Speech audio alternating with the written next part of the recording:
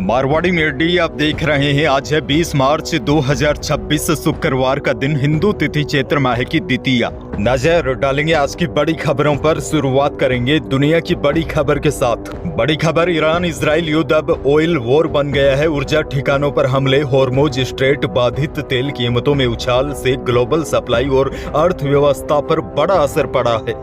अब देखिए, इस युद्ध का खामियाजा कई देशों को भुगतना पड़ रहा है। अमेरिका, इजराइल और ईरान जंग के बीच सऊदी अरब के यनूब पोर्ट पर स्थित सैमरैप ऑयल रिफाइनरी पर हवाई हमला हुआ है। इसके अलावा यूएई और कतर के तेल गैस प्लांट पर भी ड्रोन हमले हुए हैं, जिसके बाद सऊदी ने ईरान को कड़ी चेतावनी दी है। सऊदी के विदेश मंत्री फैसल बिन फरहान अल सऊद ने कहा है कि हमारे देश के पास ईरान को जवाब देने के लिए पूरी ताकत है। ईरान के हमले पहले से प्लान किए लगते हैं और हमारी सब्र का इम्तहान न ले।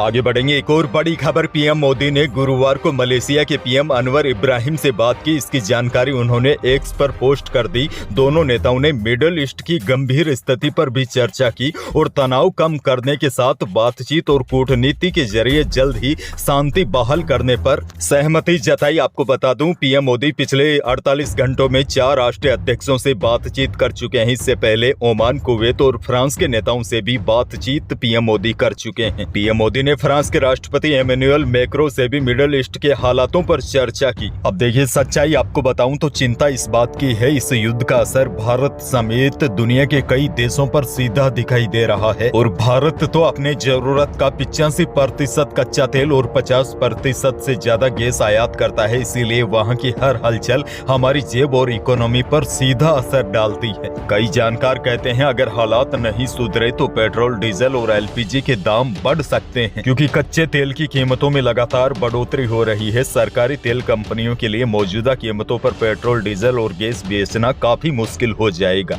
बहरहाल आगे बढ़ जाते हैं। राजस्थान से बहुत बड़ी खबर। राजस्थान दिवस के मौके पर प्रदेश की सार्वजनिक परिवहन व्यवस्था को मजबूत करने की दिशा में बड़ा कदम उठाया गया। मुख्यमंत्री भजनलाल शर्मा ने गुरुवार को जयपुर में अजमेर रोड स्थित बस टर्मिनल से राजस्थान रोडवेज की 207 नई बसों को हरी झंडी दिखाई।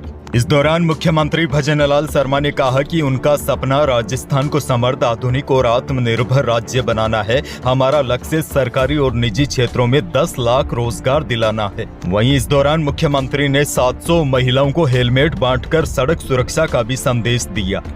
आगे बढ़ेंगे, एक और बड़ी खबर। खाद्य एवं नागरिक आपूर्ति मंत्री सुमित गोदारा ने गुरुवार को सचिवालय में राजस्थान में घरेलू गैस आपूर्ति पर विभागीय अधिकारियों और गैस कंपनियों के प्रतिनिधियों की महत्वपूर्ण बैठक ली। इस दौरान गोदारा ने कहा, प्रदेश में घरेलू उपभोक्ताओं को गैस सिलेंडर की सुचारू आपूर्ति सुनिश्चित की जा रही है। बुकिंग के 3 से 4 दिनों के अंदर घरेलू गैस सिलेंडर लोगों को मिल रहा है। गोदारा ने कहा, प्रदेश में संचालित लगभग 1300 गैस एजेंसियों के माध्यम से घरेलू उपभोक्ता को निरंतर रसोई गैस आपूर्ति हो रही है। बिना ओटीपी और डायरी में एंट्री किए गैस सिलेंडर के डाइवर्जन की घटनाएं कुछ एजेंसियों में सामने आई है, लेकिन अब औचक निरीक्षण होगा। सुमित गोदारा बोले, बिना ओटीपी और डायरी में एंट्री के बिना सिलेंडर नहीं मिलेगा। अच्छा, बड़ी खबर आपको यह भी दे दूं, प्रदेश में सिलेंडरों की अवैध जमाखोरी के खिलाफ प्रदेश भर में चलाए जा रहे अभियान के तहत अब कार्यवाही भी शुरू हो गई है। अजमेर शहर और पुष्कर में बड़ी कार्रवाई हुई है। यहाँ भारी संख्या में गैस सिलेंडरों का स्टॉक कर रखा था, जो पुलिस ने जब्त कर कार्रवाई शुरू कर दी है। दरअसल यहाँ पर अवैध रूप से 600 सिलेंडर रखने का बहुत बड़ा गोदाम भी मिला है।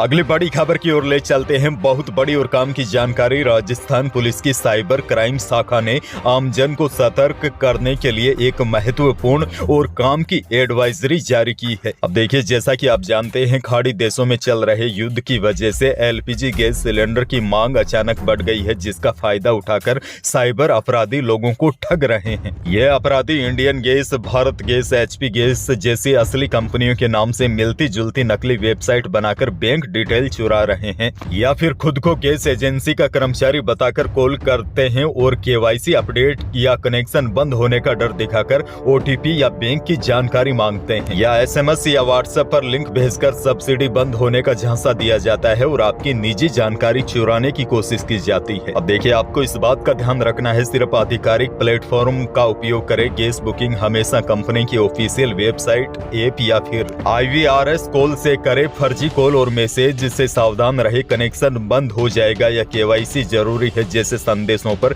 एक बार के लिए तुरंत विश्वास न करें। एक और बड़ी खबर देखिए, पंजाब के मुख्यमंत्री भगवंत मान ने राजस्थान सरकार से पिछले 6 दशकों के पानी का पैसा बकाया होने का दावा किया है। मान ने राजस्थान से 1.44 लाख करोड़ देने की मांग भी की है और बड़ी बात तो यह है, इसके लिए औपचारिक दावा पेश करने की घोषणा की है। मान ने कहा है कि राजस्थान या तो पैसा दे या पंजाब से पानी लेना बंद कर दे। मान बुधवार को चंडीगढ़ में मीडिया से बातचीत कर रहे थे। भगवंत मान बोले, पानी देने के लिए 1920 में ब्रिटिश राज में तत्कालीन बीकानेर महाराजा और बहावलपुर रियासत के बीच समझौता हुआ था। राजस्थान फीडर से बीकानेर श्री गंगानगर तक 18,000 क्यूसेक पानी जाता है। मान बोले, 1960 तक राजस्थान वो पैसा देता रहा है, लेकिन पिछले कई सालों से पैसा देना बंद कर दिया है। हालांकि दूसरी ओर राजस्थान सरकार ने इस दावे को पूरी तरह खारिज कर दिया है। राज्य के जल संसाधन मंत्री सुरेश रावत ने कहा कि यह बयान राजनीतिक लाभ के लिए दिया गया है, इसका कोई भी तथ्यात्मक आधार नहीं है। खैर, बड़ी और काम की खबर देखिए, राजस्थान माध्यमिक शिक्षा बोर्ड यानी कि आरबीएसई 10वीं का रिजल्ट 23 मार्च को जारी कर सकता है। बोर्ड ने पहले 20 मार्च को रिजल्ट घोषित करने का दावा किया था, लेकिन बीच में छुट्टियां और मूल्यांकन प्रक्रिया में देरी की वजह से अब परिणाम में देरी हो सकती है। अब बड़ी खबर यह है, बोर्ड 10वीं का रिजल्ट 23 मार्च तक जारी कर सकता है। जयपुर से बहुत बड़ी खबर, जयपुर में एक फ्लैट में भ्रूण लिंग परीक्षण करने वाले डॉक्टर समेत 3 लोगों को पुलिस ने गिरफ्तार किया है। आरोपी पोर्टेबल सोनोग्राफी मशीन का इस्तेमाल कर गर्भ में पल रहे भ्रूणों की जांच करते थे, यानी कि यह पहले ही बता देते थे कि पेट में लड़का है या लड़की, जबकि ऐसा करना कानूनी अपराध है। जांच टीम ने एक महिला कर्मचारी को ग्राहक बनाकर आरोपियों के पास भेजा। आरोपियों ने लिंग परीक्षण के लिए 80,000 रुपए की मांग की। इस मामले में पुलिस ने 3 लोगों को गिरफ्तार किया है। खैर, आगे बढ़ेंगे। उदयपुर से बड़ी खबर, उदयपुर में 2 बदमाशों ने मंदिर से लौट रही बिजनेसमैन की मां से सोने की चेन छीन ली। 75 वर्षीय महिला पैदल ही अपने घर जा रही थी। घर से करीब 100 मीटर की दूरी पर ही एक बदमाश ने उनके गले पर झपट्टा मारकर चेन पकड़ ली और खींचने लगा। हालांकि महिला ने हिम्मत दिखाकर एक बार के लिए बदमाश को पकड़ लिया, लेकिन इस पर बदमाश ने महिला को धक्का देकर डिवाइडर पर गिरा दिया और चेन लेकर फरार हो गया। आरोपी का दूसरा साथी पास ही में मोटरसाइकिल स्टार्ट करके खड़ा था। दोनों बाइक पर फरार हो गए। अच्छा, एक और बड़ी खबर देखिए, मध्य प्रदेश के कुल्लू नेशनल पार्क से निकला चीता KP2 राजस्थान के कोटा जिले में घूम रहा है। गुरुवार को इटावा के दुर्जनपुरा पंचायत के बबुलिया गांव में चीते का मूवमेंट देखा गया। किसानों ने सुबह गेहूं के खेतों में चीते को घूमते हुए देखा। सूचना पर अयाना थाना अधिकारी अविनाश मीणा और वन विभाग की टीम मौके पर पहुंची। काफी देर खेतों में घूमने के बाद चीता एक पेड़ की छांव में बैठ गया। फिलहाल चीते पर कर्मचारी अलग अलग शिफ्ट लगाकर इस पर निगरानी रख रहे हैं। आगे बढ़ जाते हैं। एक और बहुत बड़ी खबर, राजस्थान की राजधानी जयपुर के प्रसिद्ध सराफा बाजार में कीमती धातुओं के भाव में भारी गिरावट देखने को मिली है। बड़ी बात यह है, चांदी प्रति किलो 13,000 रुपए सस्ती होकर 2,45,000 रुपए पर आ गई, जबकि शुद्ध सोना भी 4100 रुपए टूटकर 1,55,700 रुपए प्रति 10 ग्राम रहा और 22 कैरेट यानी कि जेवराती सोना भी 3900 रुपए सस्ता होकर 1,45,600 रुपए प्रति 10 ग्राम रहा। अब देखिए, जानकारों का मानना है कि सोने चांदी में यह गिरावट मुख्य रूप से अंतर्राष्ट्रीय कारकों का नतीजा है। अमेरिकी डॉलर की मजबूती और फेडरल रिजर्व की ब्याज दरों में कटौती पर अनिश्चितता है और हालिया की रिकॉर्ड ऊंचाई के बाद कुछ निवेशक मुनाफा वसूली भी कर रहे हैं। इसी वजह से सोने और चांदी के भाव नीचे आ रहे हैं। वहीं अनाज मंडियों के भाव की बात की जाए तो बीकानेर के अनाज मंडी में गेहूं का भाव अधिकतम 2800 रुपए रहा। सरसों का भाव, जो नॉर्मल सरसों होती है, उसका भाव अधिकतम 6525 रुपए रहा। पीली सरसों का भाव अधिकतम 7550 रुपए रहा। चने का भाव 5000 से 5500 रुपए रहा। वहीं इसबगोल के भाव में थोड़ा सा सुधार देखा गया। बीकानेर में इसबगोल का भाव न्यूनतम 11,000 और अधिकतम 13,000 रुपए रहा।